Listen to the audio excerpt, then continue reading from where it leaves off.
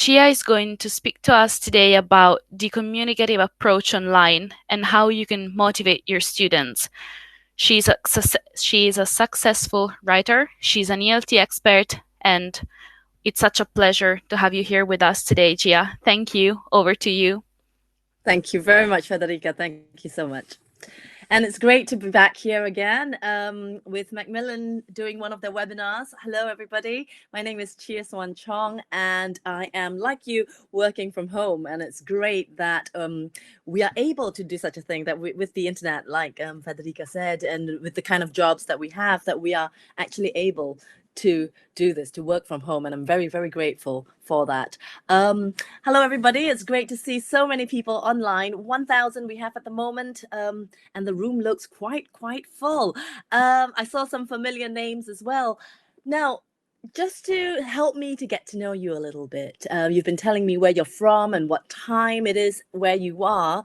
How many of you have never done online teaching before this period of time? So a lot of teachers have suddenly been thrown into teaching online. How many of you have never ever done any form of online teaching before now? Okay, so quite a lot of you are saying never. Me, yeah, okay. A lot of you are saying first time teaching, never taught online before, apart from webinars. Okay, that's fantastic. Oh, some of you can't hear me. Well, I'm assuming most of you can hear me. So if you can't hear me, you probably won't be able to hear me saying, put your speaker up. Okay, good. So some of you can hear me, and some of you can see me fine. That's good to know. Okay, right. So today, I'm gonna have a look at, we are language teachers, and ultimately what we do is we teach people to communicate. And a lot of us already use the communicative approach in the classroom. So I'm not here to talk about methodology today, but we all know that the communicative approach is about believing that communication and interaction is what helps language learning. So just very, very quickly, using the chat field, what to you are some of the main features of the communicative approach? What are some of the main features of the communicative approach? So one, I'll give you one example. One is believing that interaction and communication is what helps language learning, right? Learn by doing, learn by using the language. That is interaction. So a lot of people are saying real communication, interaction. Vasiliki, you say cooperation. Yes, a very big part of the communicative approach is working and collaborating with your peers, not just talking to the teacher, but talking to your partner, talking in groups, collaborating in peers. Yes, Natalia, you said that too. Working in groups, a lot of people are saying, interacting, fantastic.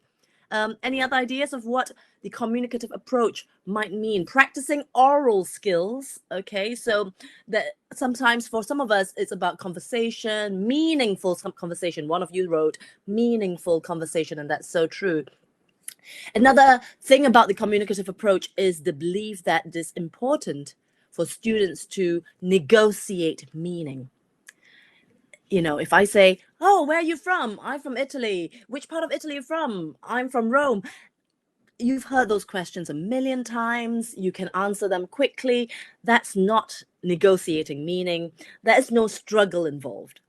The belief is when students struggle to say something, when they're saying, oh, how do I say this? And when they hesitate, when their brain is ticking away, those cogs are ticking away, when that struggle is happening, that's language learning happening right in front of you. It's not saying things that they already know how to say. It's not repeating, where are you from? I'm from Italy. They already know that. Language learning is when those cogs are ticking away and they're figuring out how to say something. And that is what facilitates the learning process. Negotiating meaning. Okay, so someone mentioned information gap. Isabel, you mentioned information gap, and that's exactly one of the things I'll be talking about today. All right, the teacher as facilitator and monitor. So the teacher is not a lecturer.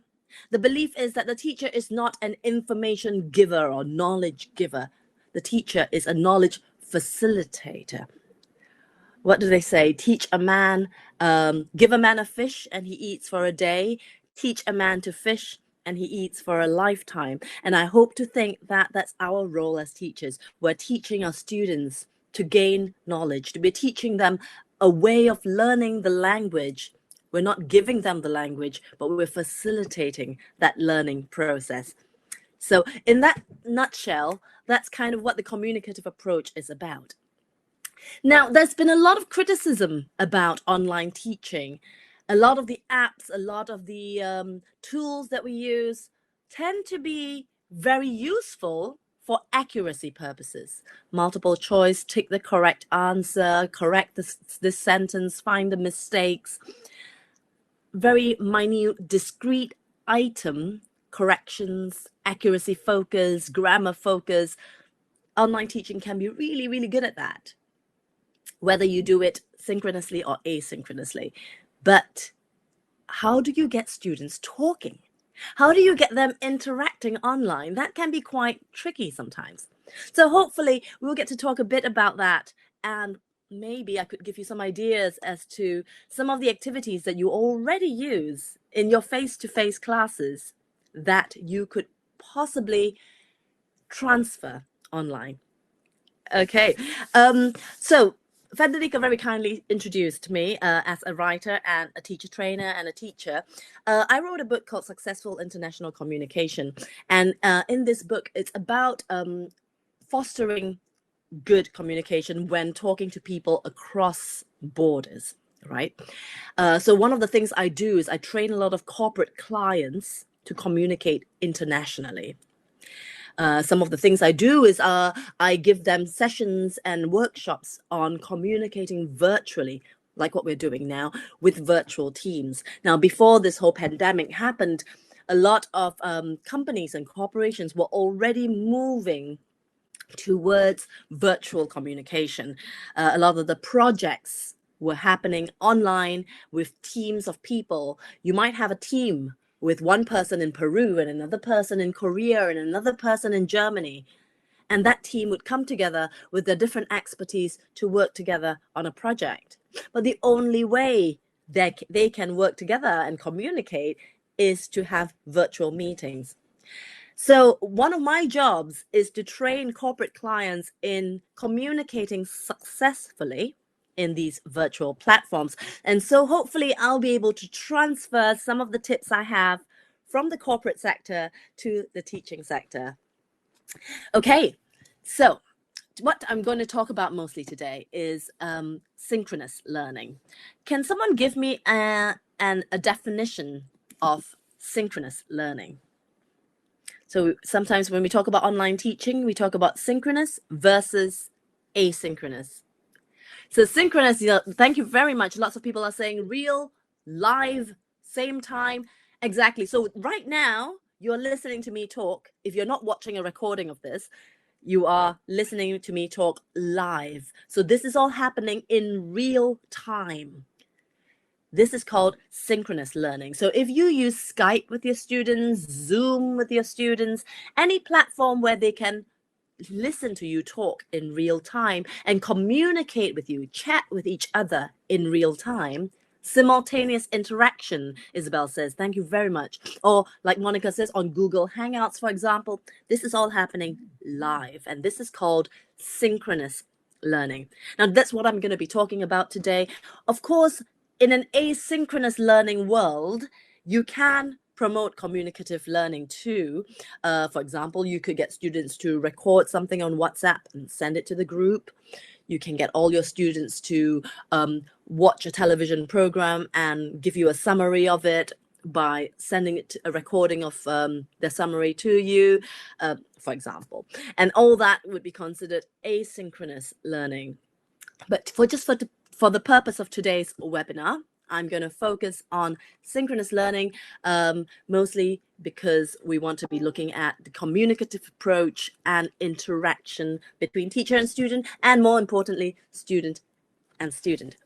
Yes, absolutely, Linda. You don't need groups for synchronous learning at all. If I'm having a one-to-one session with you, that would be a synchronous Skype session, for example, and that would be synchronous learning. Now, looking at the quote in front of you, it says online learning. I'm sorry, there's a word missing there. Online learning or online teaching is not the next big thing. It's the now big thing. And this was written before this whole pandemic started. And now we're starting to realize how true that really, really is. So without further ado, let's get started. When you are starting your lesson online, whether you're using Skype or Zoom or whatever platform that you're using, some of you might be using more sophisticated education-based platforms. When you're starting the lesson, what do you do? What do you do at the start of your lesson? Now, I know that when I'm in a face-to-face class, yes, we have greetings. We get to know the students. In fact, in a real class, in a face-to-face situation, before the teacher walks into the room, the students often have time to chat with each other. Now, I used to teach in an international context. So my students were from different countries. And because they were from different countries, when they chatted to each other, when they made small talk, it's often in English. And then I walk into the room and they're all chatting with each other. Sometimes in an online learning situation, this can be a bit difficult. Students don't engage in small talk in the same way. So that social aspect of trust building, getting to know each other, relationship building is kind of missing out sometimes. Yes, exactly, Tatiana. Chatting, gossiping.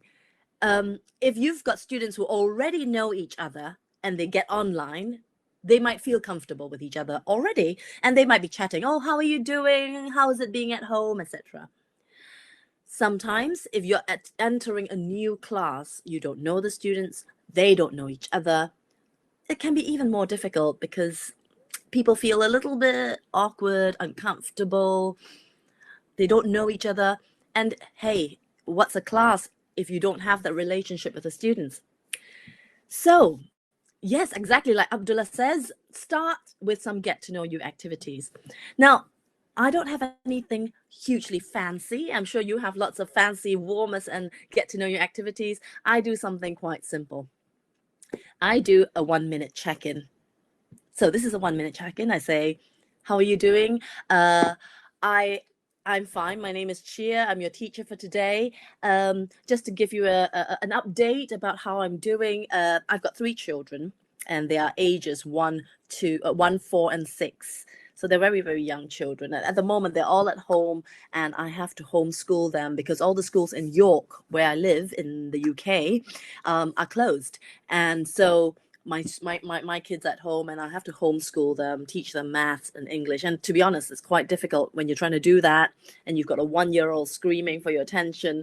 So I'm finding it really hard to juggle that and then with work as well. So I'm finding myself working in the evenings, in the mornings, and anytime in the weekends. So that's me. But I'm also positive, and I appreciate the fact that I have this time to spend time with my children and really get to know their learning and what they're doing at school. So that's my situation. How about you? So I've given an example of a quick check-in. I've given an update about myself, my little personal story. And how about you? So then I go through my students, I get them to turn their microphones on one by one and give us a 1-minute update about how they are doing. Now, I know that we have 1,000 people in the room, so it's going to be really difficult to give each of you 1 minute. But if you like to, in the chat field, why not give us a couple of sentences to update us on how you are doing? It could be something negative, it could be something positive, but how are you doing? How are you feeling these days?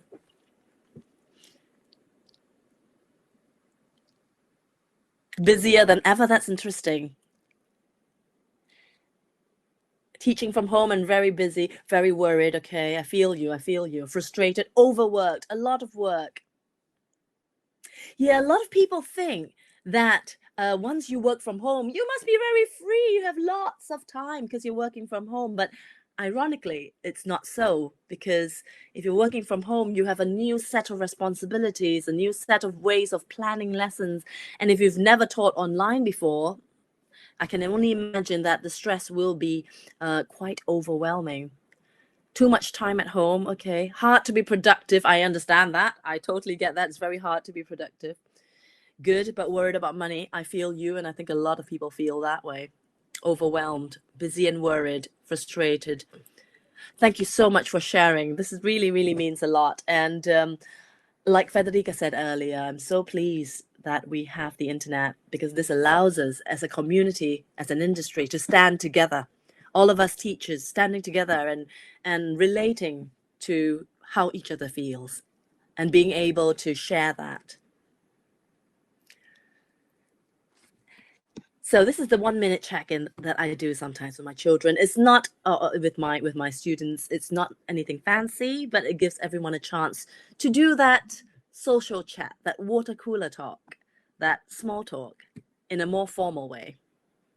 So I say, let's take a minute each to go around and tell us about something new that's been happening in our lives recently. Of course, some of you, if you do a very structured lesson, at the start of the lesson, you might want to review your objectives. Okay, today's lesson, we're going to be looking at some vocabulary to talk about health. We're going to be looking at the present perfect. Okay, we're going to be having some opportunities to practice interacting and talking about this subject. Okay, so you might want to review your objectives and your agenda. And then, if it's the first time you're having lessons with this particular group, that very first lesson, you might want to clarify some rules. What do I mean by rules? Okay, here we go. Here are some suggested rules. I'm not saying that you have to have them, but these are my suggested rules. Open and read pre-lesson emails and documents. Now, you might be sending students some documents. If you're doing an information gap activity, you might be sending some of the students different materials, different pictures, whatever the activity is. You need them to make sure that they open it before the lesson. Okay? So encourage them to open and read pre-lesson emails and documents. Of course, don't overwhelm them with too many documents. The last thing a student needs right now is to open and realize that they have to read a 20-page document before a lesson. So we don't want that. But if it's a simple email, if it's a 1-page document, make sure they read it. When you're asking questions, perhaps a teacher needs to moderate and facilitate even more in an online situation. So nominate, right? You can say, okay, Sarah, you answer this question. All right, Bernie, you answer this question. Anil, you answer the next question. Okay. If you are all with your microphone switched on, I'm sure you know what it's like on Skype or on Zoom when everyone is interrupting each other, when you have a big class. It can be quite difficult to hear because the sound gets lost intermittently. So avoid interrupting. I would even go as far as to say, if you need to laugh, do a silent laugh. My daughter, my 4-year-old daughter, has been taught this thing called the silent cheer. So if I say, oh, what's a silent cheer? She does this. She goes, that's a silent cheer. Practice a silent laugh. Why am I asking you to practice a silent laugh? Why can't you laugh when you're online? Because when you laugh, this microphone picks up the sound and it shifts its focus to the person laughing instead of the person talking. So then the person talking would have gaps in between their speech, their monologue, because the microphone doesn't know what to focus on because people are laughing.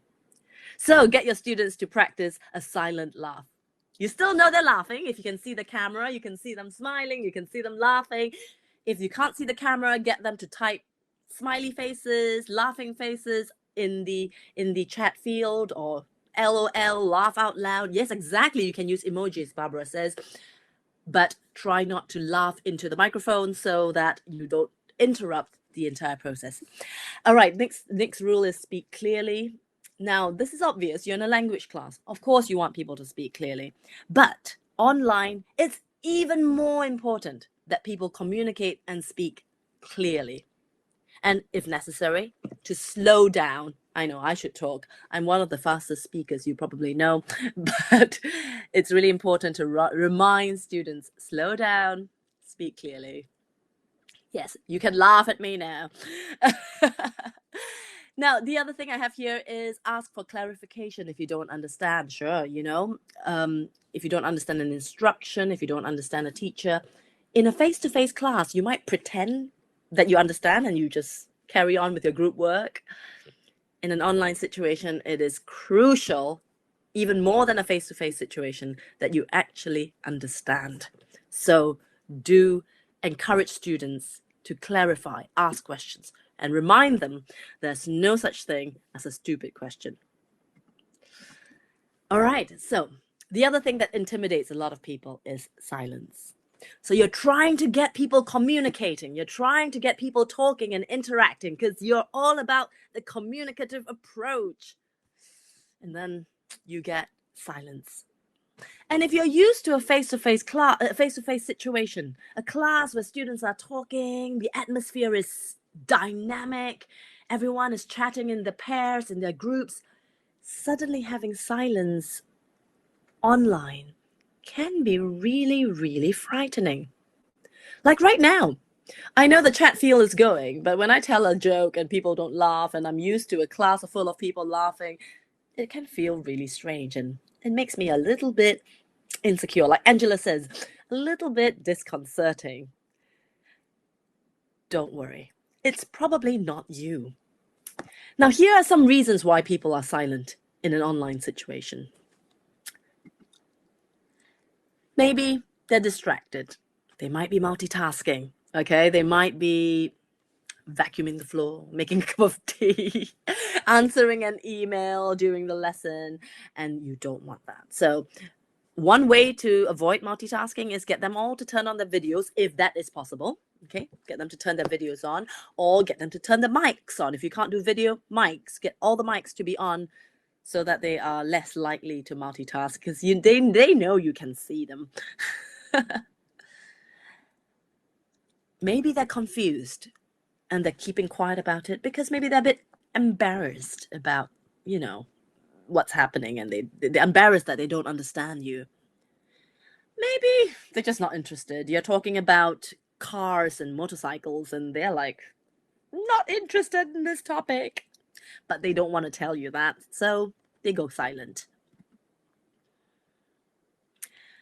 Sometimes they're silent because you've gone off the agenda. They were expecting you to be talking about A and you're talking about B, and they think, don't know, not very relevant to me. They've gone quiet. Maybe they're bored. Maybe they don't understand, but they're just letting it pass. They're not asking for clarification for whatever reason. They're not asking for clarification. They're just going to let it pass. Maybe they disagree. Maybe it's a controversial topic and they disagree, but they don't want to start an argument. They don't like conflict, so they're letting it pass. Or maybe they do agree. They just have nothing else to say. There's nothing to add, so maybe they're silent because in their mind, what you've said is not wrong. So I have nothing to correct. Because some people only say something when there's something to correct, right? Yes, Lydia, you're absolutely right. They may be shy. That could be one of the reasons. Maybe they're silent, and someone already said this in the chat field. They need time to think, or like Kanika says, they might be making notes. Or maybe some people are just not comfortable with spontaneity. They might not be very confident, like Joyce says. They just perhaps prefer to be able to prepare things beforehand, to prepare sentences they need to say beforehand. Maybe they don't feel comfortable saying all this in front of the whole class, but they might be a bit more comfortable doing this as a pair. And this is where breakout rooms come in. Now, in the chat field, just very quickly, how many of you are using breakout rooms? If you are using breakout rooms in your online teaching, please type yes. If you're not, please type no. So what are breakout rooms? Breakout rooms are a chance for you to let students do pair work and group work by saying, okay, go to this room with your partner and do the exercise. They are brilliant. Zoom has them. So if you're using Zoom, and I believe Zoom is now free to use up to 40 minutes. Am I right? So if you're using Zoom up to 40 minutes, you can use their breakout rooms and you allow them to go to a room with a partner or a group of 3 or 4 and do an activity, whether it's a task-based learning activity or a controlled practice activity. It's fantastic. And it allows you, if you're doing a group class, not a one-to-one, but yeah, Julian, it's kind of like a private room, but the teacher can monitor. So you can go into the room and check out what they're doing. So you might have a few breakout rooms and you might be able to go to the individual rooms and check out how each pair or each group is doing. Do have a, try it out. I can talk about it, but perhaps the best way is to just try it out. Go on Zoom, try it out. Yes, Julian, you can't see the other group. They're alone with their activity. It's great. I'll give you a few ideas for activities that you can use in these kind of breakout rooms. Okay. Julia, I'm not sure if it exists on Microsoft Teams as well. It very well could do. I've asked around, and the consensus seems to be that Zoom has the most useful platform when if you're going to use breakout rooms.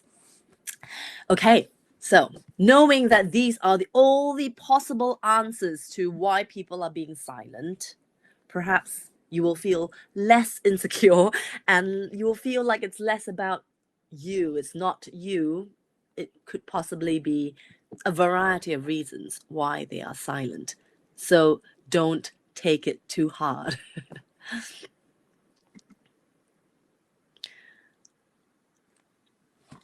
So multitasking was one of the issues that we mentioned earlier. So yes, Ruth, absolutely. You can make the groups. So you make the groups, you say, you could do it randomly or you could assign, you could say, okay, Andrea, Ruth, Jacqueline, 3 of you go to room number blah, blah, blah. And Mary, Natalia, you go to this other room. Okay. So yes, Mary, some of these activities I'll be talking about today can be used in breakout rooms too. So here are some quick ideas as to how to avoid multitasking. I've already mentioned some of them. Use the video, get them to turn their microphone on, and give people different tasks, okay? And rotate these tasks. Now, this is what I tell. This is the tips that I tell my corporate clients. I'm not telling you to do this, but this is what I tell my corporate clients. I get, when they have virtual meetings, like business meetings, I say, okay, well, someone keep the minutes, someone you track the action items, and someone come up with a question at the end. And when people have a task, they are much more likely to pay attention.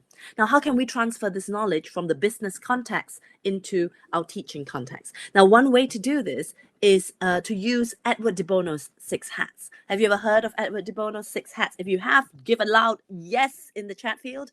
Okay, quite a few of you have heard of it. Some of you haven't.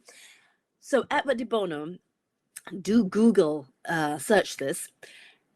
He has this idea that if you give each person a different role in a discussion, it could be a debate, it could be a discussion, it could be a brainstorming session, give each student a different hat to wear. So for example, okay, I've got Dolora Romero, you're going to wear the blue hat. And the blue hat says it's about thinking, okay? Your specialty, your role, it's like a game this, your role is to think about thinking. Organize the thinking. Your role is planning. You're good at planning. So, okay, that's your role, Dolora. Alexandra, your role is the green hat, and you're going to wear the green hat, and you're going to be all about creativity. You're going to come up with new ideas, new solutions, possibilities, alternatives. You see the world as full of opportunities. So, Beatrix, I know you like the green hat, but because I know you like the green hat, I'm going to make you wear the black hat today, which is the opposite of the green hat. The black hat is the person who is always worried about difficulties, weaknesses. But we need black hats because, if everyone's positive, then we're just going to miss all the risks and problems, won't we? So we do need a black hat in the group. It's not a bad thing. So Beatrix Price, you're going to be the black hat, and you're going to tell us about difficulties and weaknesses and dangers, and give us logical reasons. Don't just be negative for the sake of being negative. You're going to be negative with good reason, right? Now, I've got Marissa. She says white hat, please, but because she wants the white hat, I'm going to give her the red hat. Because I'm kind of evil that way. So Marissa, you're going to wear the red hat, and you're going to be all about feelings. When we are talking, you're going to be talking about how this makes you feel, your intuitions, your emotions, your hunches, etc., etc. So as you can see, each student would be given a different hat to wear and a different role to play. So when you have a group discussion, now you could do this in a breakout room with a group of, I don't know, 4, 6 people, or you can do this as a whole class in a group class discussion. Giving them different hats to wear ensures that they pay attention because they have a role. Mashup, you say, how do you feel watched by 1,000 people? I'm very, very honored that you're all here with me today to talk to me, but I see this more as a session for us to share ideas, and more importantly, to share our feelings, because I know this is a very hard time for a lot of you. And many of you have shared earlier that you're feeling stressed, overwhelmed, overly busy and overworked. And I'm hoping in a way that this webinar is a chance for you to share those feelings and know that you're part of a larger community who shares your feelings. Another thing I tell my corporate clients to do in their virtual teams in business is to assign a Yoda. Any Star Wars fans out there? Now, what is Yoda like? What are some typical features of a Yoda? Okay, aside from the fact that he's old. Thank you very much, Jonathan.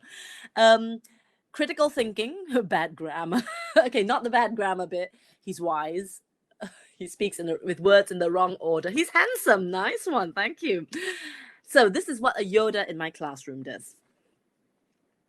The Yoda's job is to monitor everyone. He's like the wise guy who watches over everyone. Now, usually this is the job of a teacher, but having a Yoda gives you kind of an assistant. And in a virtual situation, you really need someone to back you up, like a right-hand man. This person ensures the discussion is on topic, and if it's not on topic, like a class monitor. Thank you, Vivek. Like a class monitor. Call out inappropriate behaviors like a class monitor. Well done for spotting that. Spot misunderstandings. Now, this is really important, right? Earlier, we say it's really important to clarify. Some people don't understand and they pretend they understand. You don't want that. So if things are not clear, if the teacher is at fault for giving unclear instructions, the Yoda's job is to say, teacher, I'm not sure if that was very clear. Can you give us an example? All right. So the Yoda can call out the teacher as well and say, oh, that instruction, not so clear, miss. Can you please clarify? Give an instruction. Give an example, I mean. Yes, there are a lot of Yodas in the class sometimes. So appoint one Yoda. Say, okay, Anna, you're going to be the Yoda today. And then tomorrow, someone else is going to be a Yoda.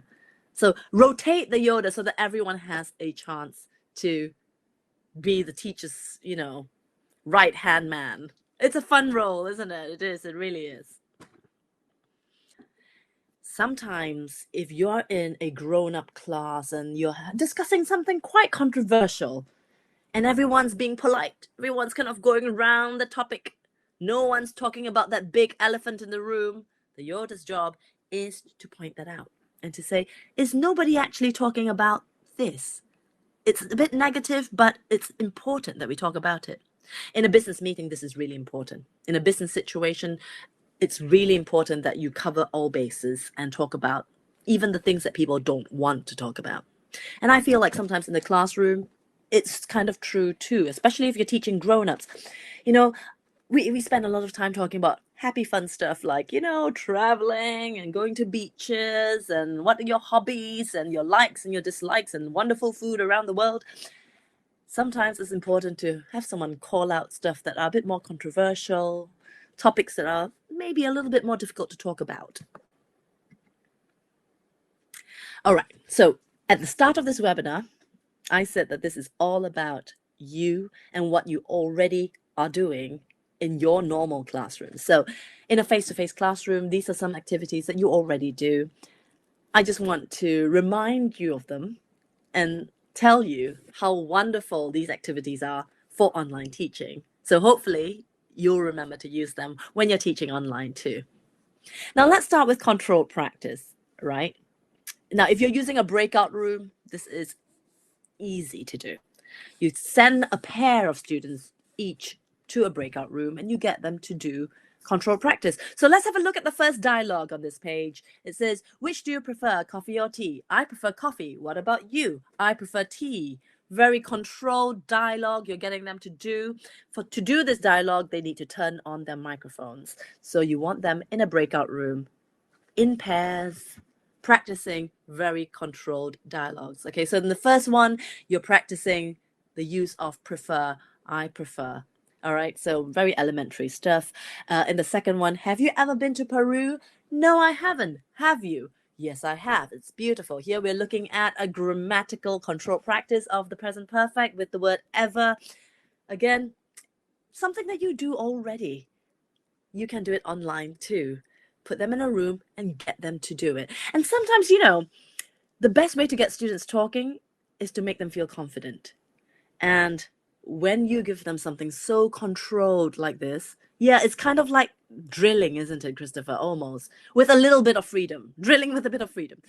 But when you start small, controlled, it gives them a bit of confidence because, we teachers are feeling the pressure of teaching online. We are feeling the pressure of this new technology, and so are the students. The students feel it too. So start small, give them something really safe, like control practice. It's really safe. And then you can build from there. Right, so what if you don't have breakout rooms? So if you don't have breakout rooms, then obviously you do it in a full class situation. I have done it, including role plays. I've got certain students to turn on their mics, so I might nominate. If you have everybody with their mics on already, that's okay. If their mics are not on, you nominate them. You say, Angela and Julian, both, turn your mics on, please. And then, okay, can you do this dialogue, Angela and Julian? Okay, next pair. So you can nominate people, choose them and say, okay, you do this. Not ideal because it takes up a lot of time, and that's why breakout rooms are quite good to use if you do have them. So when you're doing control practice, some of you already know the sequence: initiate, response, feedback. That's what you want them to do, right? Initiate. Have you ever been to Peru? Response. No, I haven't. Have you? Yes, I have. It's beautiful. Feedback. All right. So remember this sequence when you're getting them to do control practice. Sunita, explain breakout room. A breakout room is like a separate room. So we're talking right now on a webinar. Imagine if I took you, Sunita, and Mohammed, I say both of you go to room number 1, and I open a little private room, and you can go into that room, just the two of you, and have a practice with each other, and nobody else can hear you. If I, the teacher, choose to drop into the breakout room, I can come in to monitor and give further instructions, right? So a breakout room is really like putting students in pairs or in groups, but they can't hear each other. Again, for those who missed it, Zoom is doing 40. If your lesson is less than 40 minutes, you can use Zoom for free, and on Zoom they have breakout rooms. So if you want to try that, give Zoom a try. Now, other things you can do in an online teaching situation, task-based learning can be fantastic, right? Now, there are many types of task-based learning. Let's start with listing and brainstorming. Things you need in a lockdown. Go, guys, using the chat field because there are 1,000 people, so I can't really have your microphones on, but we'll use the chat field. Things you need in a lockdown. Go. Patience, I like that one. Snacks, laptop. Okay. Yes, broadband, definitely. Dumbbell, someone's being very active, very, very active. Toilet roll. I see a lot of toilet rolls coming up. That's brilliant. Netflix, yes. Positive approach. Good one. Professional development. That's why you're here. Fantastic. Board games. I've got loads of those and I love my board games. Mindfulness. Some really good answers there. Fantastic, you guys. Now, some of you might be thinking, should we be talking about coronavirus? Should we be talking about the pandemic? Sensitive topic, maybe a bit of a taboo. Hey, look, we want to talk about it. It's happening to our lives. We are living in some mad, mad times. It's real to us and it's affecting our lives. So, you know your students. If you think your students don't want to be talking about it, that's fine. But don't go out of your way to avoid it because, hey, we need to share our feelings as well. So, a light-hearted way to do this is by getting them to list things you need in a lockdown, like what you're doing now. Or aside, we could say things we can do in a virtual classroom. Get your students to tell you. Or bucket list ideas. I think one of you was asking me, what is bucket list ideas? A bucket list is a list of things you want to do before you die. So on my bucket list, I have things like live in Italy for a month. That's one of the things I want to do before I die. Go and climb and see the Machu Picchu. That's another thing that I want to do. So yeah, things I want to do before I die. Why is it called a bucket list? Because Rebecca Tomlinson says here, the expression to kick the bucket means to die. Not a very nice expression. And that's where it comes from, bucket list, because before you kick the bucket, before you die. Okay. Mohammed, Italy is dangerous these days, but I'm sure we'll all recover from it. And, I will fulfill my bucket list dream of living in Italy for a couple of months before I die, hopefully. And I'm sure you've got lots of other brainstorming activities that you already use or can use. And this can be an easy way to start a lesson. Everyone with a little idea, everyone can contribute easily. Another task-based learning activity you could do is a sorting, ranking one. Like, what are some of the most important stories in the world, in history? Okay, what are the 10 most important stories? In the chat field, any ideas? 10 most important stories. It can be real, fiction, or non-fiction, okay? So, all right. Biblical stories, some of you are saying. Titanic, interesting. Harry Potter, yeah, nice. See, I think Romeo and Juliet, because Cinderella, interesting, yeah. War and Peace, oh, very, very serious there. Yes, I can never get through that book. Twilight. So you get your students, you can do it in a breakout room, in groups, or you can do it as a whole class if you really want to. But this could work really well in the breakout room with a small group. Decide on your top 10 most important stories. Okay. Any other kind of sorting, ranking activities like what is the criteria of a good job? Lots of holidays, high pay, interesting work, good colleagues, free gym membership, free things to bring home. What is the criteria of a good job? Get them to rank it in order. Top most important, down second most important, third most important, and get them to agree on it. So this is a nice little task to do. This third one is something that we've always done in ELT, desert island essentials, right? If you are trapped on a desert, what would you need? This is kind of similar to what you need on lockdown, but you have to pick 10 items. You can only carry 10 items to a desert island. What would they be? Twist on that topic. What are your top 10 desert island movies that you will bring onto the desert island? Top 10 songs, albums, books, etc. Top 10 things to put in a time capsule that will be opened in 100 years from now. Top 10 technology trends in the last 3 years. Get them to sort it, get them to present it to the class. Comparing is another task-based learning activity that I often do. Now, if you know this, it is Edward Hopper, the artist, Edward Hopper's Nighthawks. Some of you attended my previous webinar about using images and you've seen this picture, but recently, I brought this picture back because recently I read an article about how Edward Hopper is the artist of social distancing. Because if you notice, the people in his pictures tend to sit very far apart. Do you think they're at least 2 meters apart from each other? So there you go. Edward Hopper's social distancing in practice. No, you don't think they're 2 meters apart? Well, the man and the woman are clearly from the same family. Yeah, the couple is from the same family, so I think they're okay. But the other man with the hat from on the other side, I think he is definitely practicing good social distancing there. Now, if you get on the internet online, you will find lots of varieties of this very same picture. You can see one example that I've shown you, but if you just type Nighthawk parody onto Google search, you will find lots and lots of varieties of this picture. So if you're worried online, I can't photocopy things for an information gap activity, use these things online, use parodies of artwork, right? So you send student A quietly by email, you send student A the first picture, you send student B the second picture, and then you get them in a breakout room to do an information gap activity. They have to tell each other about the painting they see. They don't know anything about the other person's painting. They only know about theirs. So they have to, yes, Theodora, thank you very much. On Zoom, you don't have to use emails even. You can send those files privately on Zoom itself. That's totally possible. Or you can email it to the students. They look at the picture and they have to describe it to each other. They have to find the difference, right?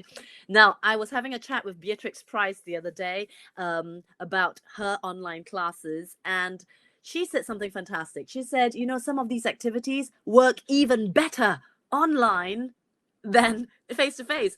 And I think information gap is one of those things that really work really well. Do you know why?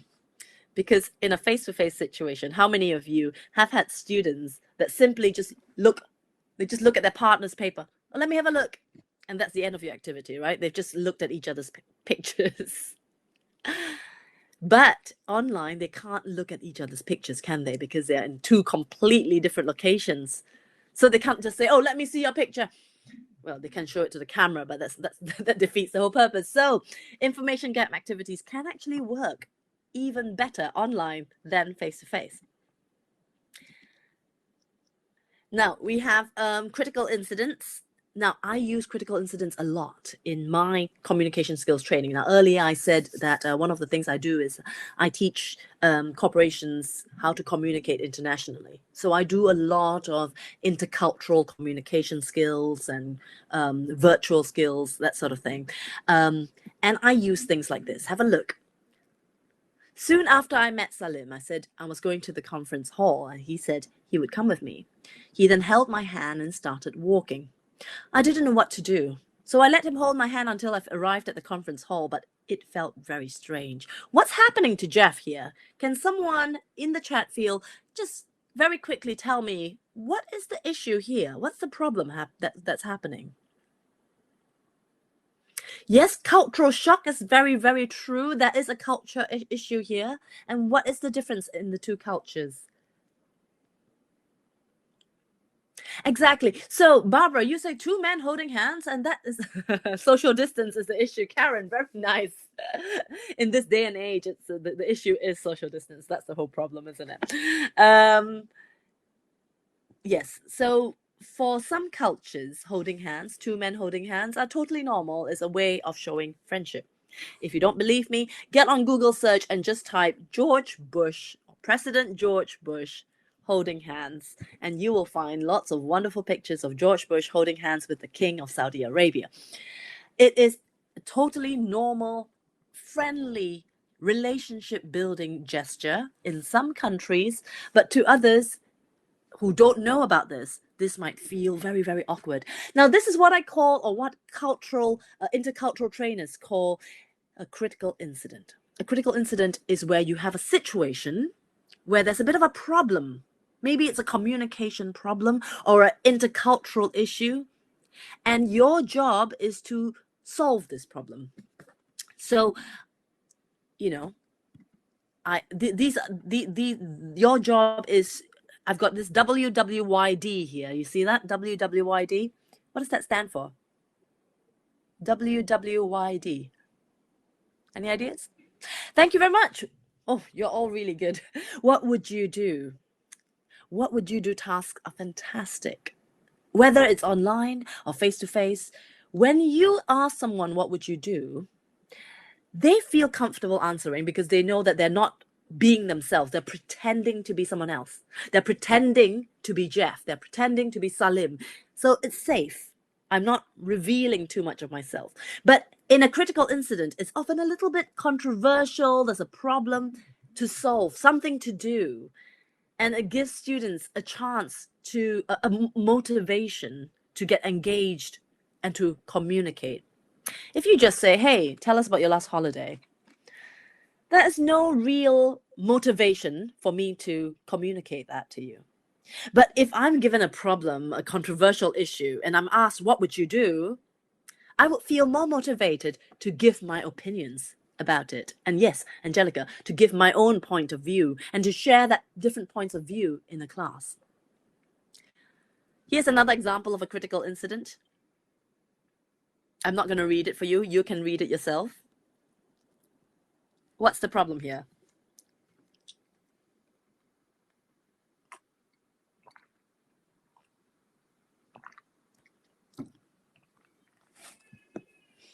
So this is something that I have in my book, and I've used it in training sessions online, and it's been really interesting because I have people saying what you say, which is, oh, too personal. There's like an interrogation. There's no personal space. All these personal questions, like an inquiry, and then I've had other students from a different culture say, oh, it's really clear that Ben is about to give Leon a promotion.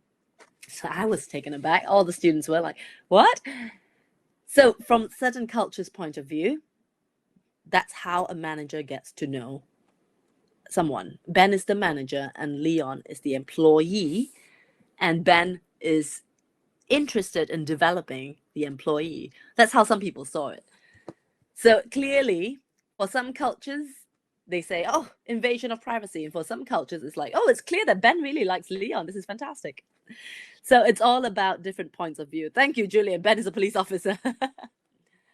Or you could give them some real world task, like, create a newsletter, carry out a survey. You have got Doodle and all these kind of survey making tools online. Get them to create a survey, carry it out, prepare a presentation, and get them to give a webinar to the class.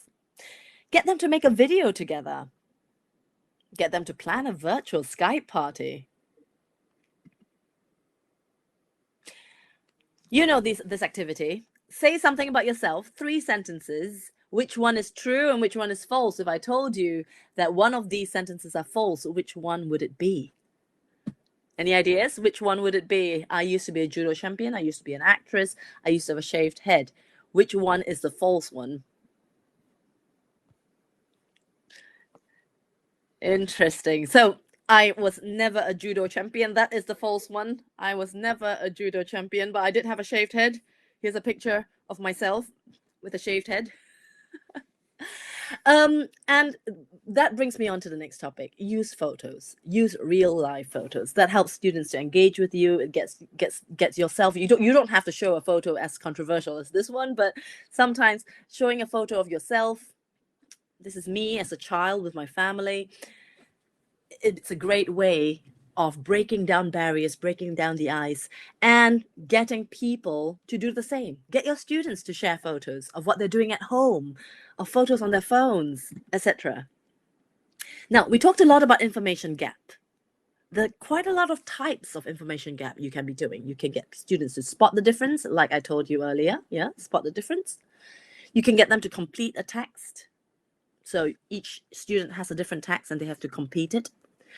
You can get them to describe a video. So one student has a video. You send them the link to a YouTube video. The other one doesn't know what the video is. So student A has to describe it to student B. And student B has to try and imagine the video.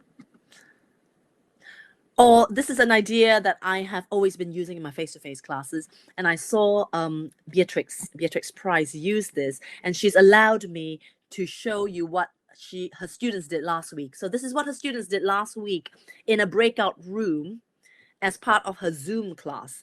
Okay, so she gave student A this picture.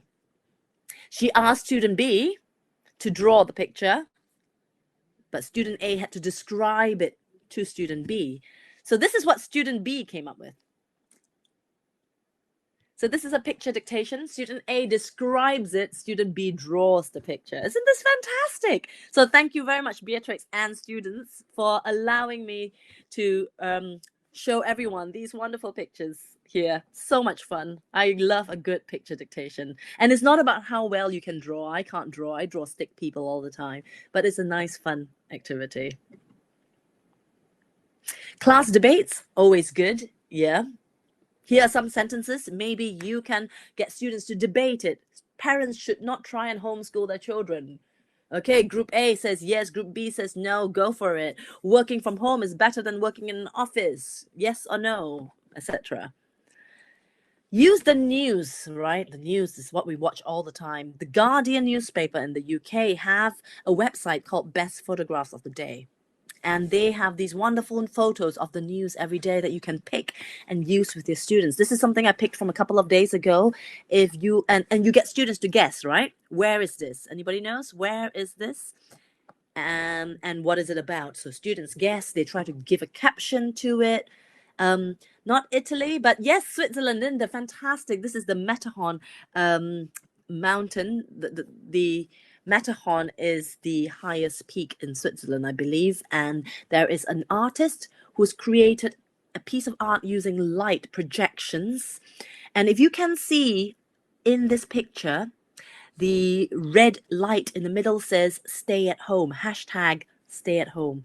And there's a few variations of it. One says hope, another one says stay at home.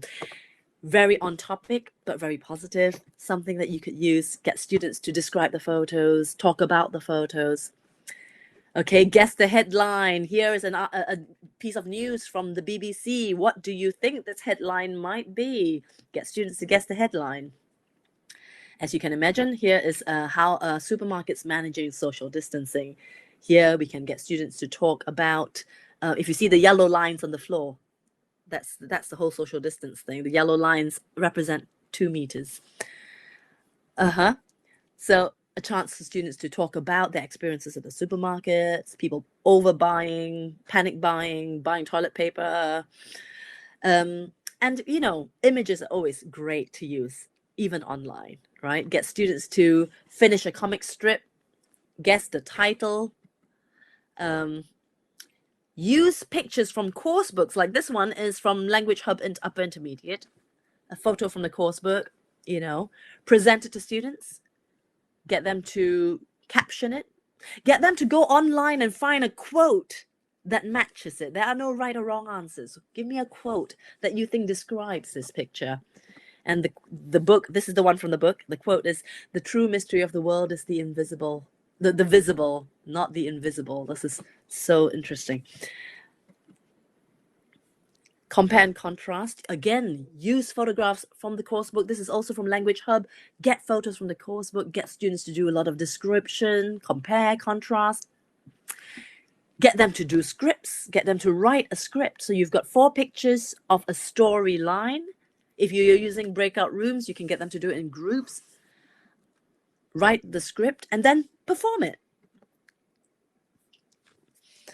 Now, I just wanted to end this webinar with this quote. E-learning doesn't just happen. It requires careful planning and implementation. Now, I say this with irony. Why irony? Because we don't have careful planning and implementation. We didn't just spend half a year planning an e-learning program. No, this is not my quote, Mohammed. I got it on the internet, and it is an actual quote about e-learning. But we are in a special situation. We were thrown into e-learning. It just happened for us. So this quote does not apply to any of us because we didn't have the time to carefully plan and implement anything. So stop worrying and enjoy learning through this experience. When I was learning to drive, I was very, very stressed because I only started learning to drive when I was 40 years old. And I got very stressed. And my husband said to me, enjoy the fact that you're learning something from scratch, that you're learning something new, because how many times do we get to do something like that at this age? And I thought that is such a good, positive way of looking at it. For many of us who have never taught online and who have never done any e-learning or online teaching, this is all very scary. But this is also a new learning experience for our professional development, something that we can take with us even after this pandemic is over, something that we can continue doing that will enrich our professional lives. So enjoy that learning, and don't forget, everything you've been doing in your face-to-face lessons, you can do it too in your online classes. You don't need fancy technology and apps. You just need your ideas and what you've always known how to do.